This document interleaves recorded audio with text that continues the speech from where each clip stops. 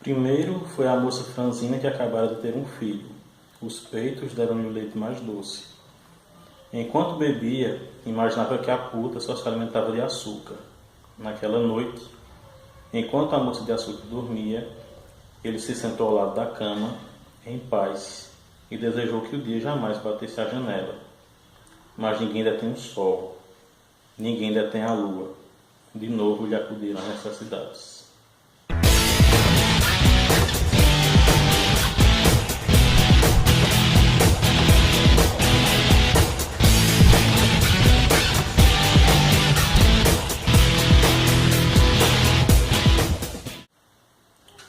Será possível impedir a ruína? Vamos ver o que Nivaldo Tenório tem a dizer sobre isso no seu Ninguém Detém a Noite, aqui no Quixotá do seu programa de literatura, com a apresentação de Amâncio Siqueira. O programa de hoje é um programa híbrido, porque ele dá sequência à nossa série de literatura brasileira contemporânea, mas também inaugura a nossa série de contos, o Ninguém Detém a Noite, publicação da Confraria do Vento, em 2017. É um livro com 11 contos do Nivaldo Tenório. Lembrando a vocês que a gente está sempre buscando os conteúdos que são mais importantes para o nosso público. Então, se vocês se interessam por essa temática, tem 3 formas de vocês mostrarem isso para a gente. Curtindo, comentando e compartilhando os vídeos. E se vocês acham relevante o canal como um todo, fazendo a inscrição e acionando o sininho para poder receber as notificações dos vídeos extras que aparecem durante a semana, já que nosso dia certo de publicação é aos domingos. Eu vou fazer um apanhado geral do estilo do Nivaldo, dos contos dele, e depois vou falar sobre alguns contos.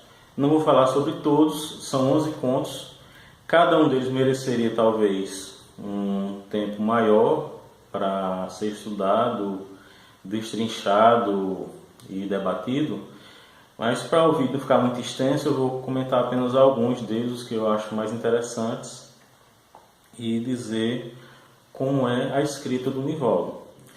Primeiramente, o Nivaldo leva muito a sério a primeira tese sobre os contos do Ricardo Pilha, quando ele diz que todo conto conta 2 histórias. Então, os contos de Nivaldo são elaborados dessa forma.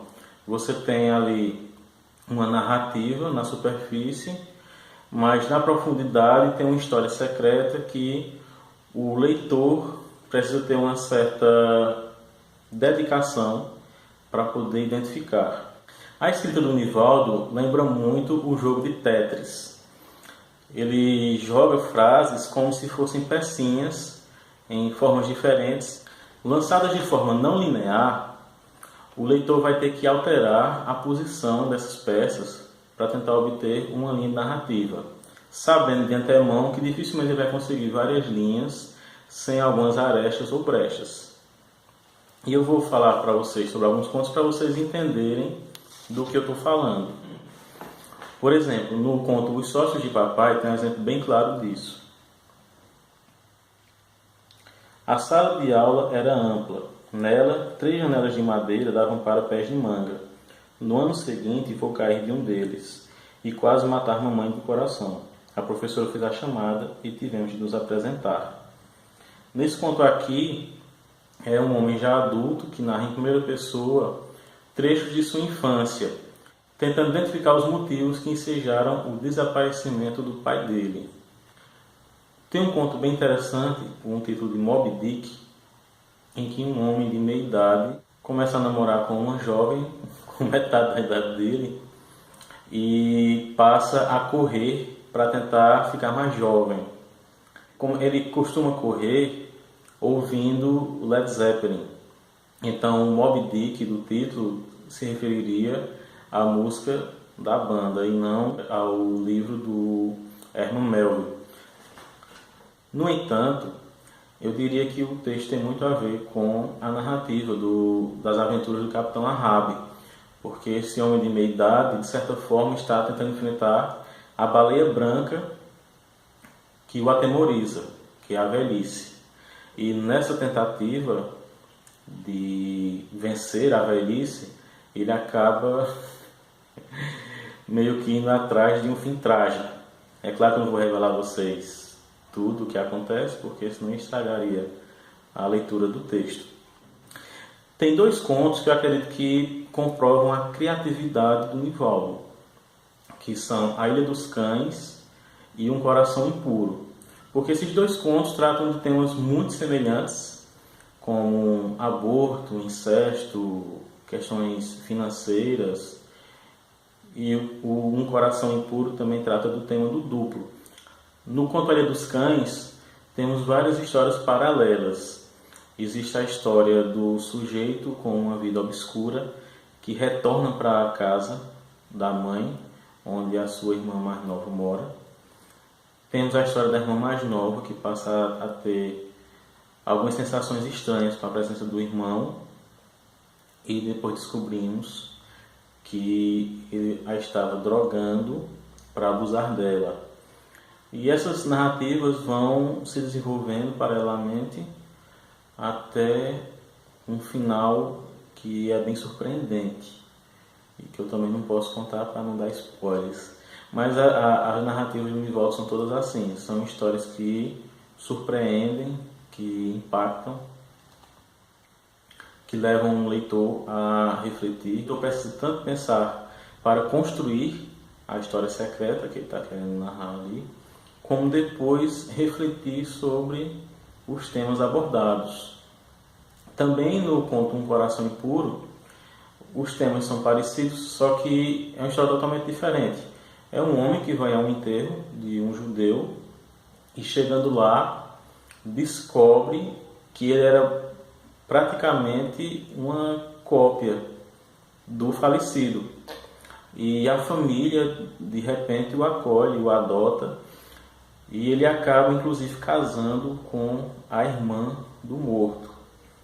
Mas depois se descobre que os motivos que levaram a esse casamento não era exatamente o que ele imaginava. Temos também o conto O Caso da Tartaruga. O conto do Caso da Tartaruga trata de um tema muito delicado, que é o tema da tortura, e é um tema que ganhou muitos adeptos nos últimos tempos aqui no nosso país. A cada dia encontramos mais defensores dessa prática, né? Eu vou ler um texto aqui para vocês que eu acho muito interessante, porque o texto do Nivaldo também tem muitas alegorias com animais. E o Caso da Tartaruga tem um trecho que eu acho que é bem emblemático disso. Eu vou ler aqui para vocês. Abri as janelas. Nada. Saí e me sentei no batente. O rumor das ondas invisíveis chegava até mim. Pensei na tartaruga morta. A esta hora foi cortada, fatiada por mãos que vasculham razões de sua morte, como se isso importasse, e fosse possível, uma vez desvendado o mistério, restaurar tudo, pôr as tripas no lugar, a carne de novo intacta recuperaria suas funções, e de novo voltaria para o mar, acima do casco, as ondas rugindo. Esse conto aqui é narrado pelo marido da mulher que sofre tortura durante o regime militar. Ele está narrando já muitos anos depois, tentando, digamos que, entender o que aconteceu, ou ao menos justificar os caminhos que sua família seguiu após o acontecimento. No conto Ninguém Detém a Noite, que também deu título ao livro, ele conta a história de um militar que busca relações sexuais com crianças e quais seriam os motivos para ele fazer isso. E desse mesmo conto eu li um trecho para vocês antes da vinheta, mas vou ler aqui também outro trecho que me lembra muito de O Deserto dos Tártaros, do Dino Buzzati. Bastava apenas acordar cedo e se ocupar com os preparativos da guerra, e não importa que não haja guerra. Um dia, a geração depois da sua geração, ou outra que virá, terá de ir à guerra e tudo fará sentido. Um militar se sente afortunado porque seu mundo faz sentido. Hierarquia em tudo, basta olhar as montanhas e os oceanos. É claro que muitas das leituras que a gente faz e as inferências que a gente tira talvez não sejam intencionais do autor, estamos todos lendo e escrevendo sempre o mesmo livro, acrescentando notas de rodapé, atualizando verbetes. Então, muitas vezes nós, como leitores, identificamos coisas que o autor não tinha intenção de fazer. Talvez seja o caso de muitos dos textos do Nivaldo. Ele está com determinada intenção, mas os textos são tão abertos a múltiplas interpretações que acabamos identificando coisas que nem ele mesmo imaginava que algum leitor conseguiria encontrar. Uma dica que eu daria a vocês ao ler esse livro aqui é pular o primeiro conto. Quem não conhece ainda a escrita do Nivaldo, quem não está habituado ao seu estilo, o primeiro conto, As Escamas do Monstro, é um conto que eu gosto, mas que eu acredito que ele pecou um pouco na síntese. O Nivaldo procura muito sintetizar o seu texto. Ele corta muito, né? Escreve um texto de 15, às vezes 30 páginas e depois vai cortando, limando, até que fica entre 6 e 8 páginas. E no caso das Escamas do Monstro, é um conto sobre um personagem que lembra muito outros cidadãos de bem da literatura, como o Bentinho ou o Paulo Honório, que está saindo do banco, se aposentando. E o conto todinho é uma espécie de fluxo de consciência entre o momento em que ele sai do banco, em que ele retira suas coisas e que ele chega em casa. E a gente acompanha nesse fluxo de consciência vários momentos importantes da vida dele, como um amigo, Ernesto, e um diálogo que é recuperado, em que o Ernesto mostra a sua descrença, enquanto que o personagem principal diz apenas que prefere acreditar. E você vai acompanhando a vida desse homem que prefere acreditar. E as escamas do monstro, que inicialmente podiam ser as escamas do dragão que a filha dele tatuou, depois que ele a colocou numa clínica de reabilitação, porque ela foi pega com alguns baseados no acampamento com outros adolescentes, a gente percebe que é uma alusão a algo mais profundo, provavelmente ao próprio Satanás, Lúcifer, que também seria um dragão com escamas. E também temos também no conto O Caso da Tartaruga essa questão das escamas aparecendo. No caso do primeiro conto, é um homem absorto em sua fé, uma fé inabalável, em nome da qual ele pratica atos como esse que eu descrevi para vocês, né, de internar a filha numa clínica de reabilitação. Ele tiraniza a esposa e tem um filho com uma doença grave. E talvez um desenvolvimento melhor do texto a gente conseguisse ter uma certa empatia maior com o personagem. Uma das características mais importantes do texto de Nivaldo é justamente esse.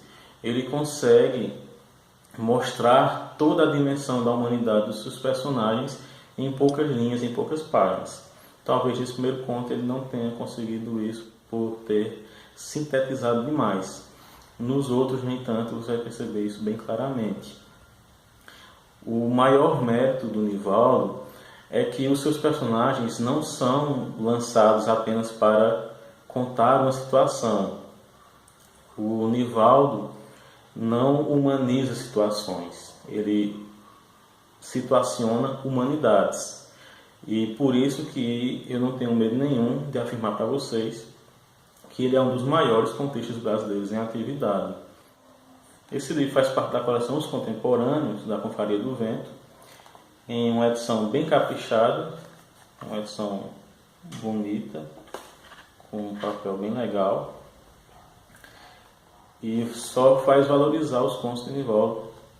Indico a vocês a leitura desse livro aqui, e a gente se vê no próximo Quixotado, o seu programa de literatura.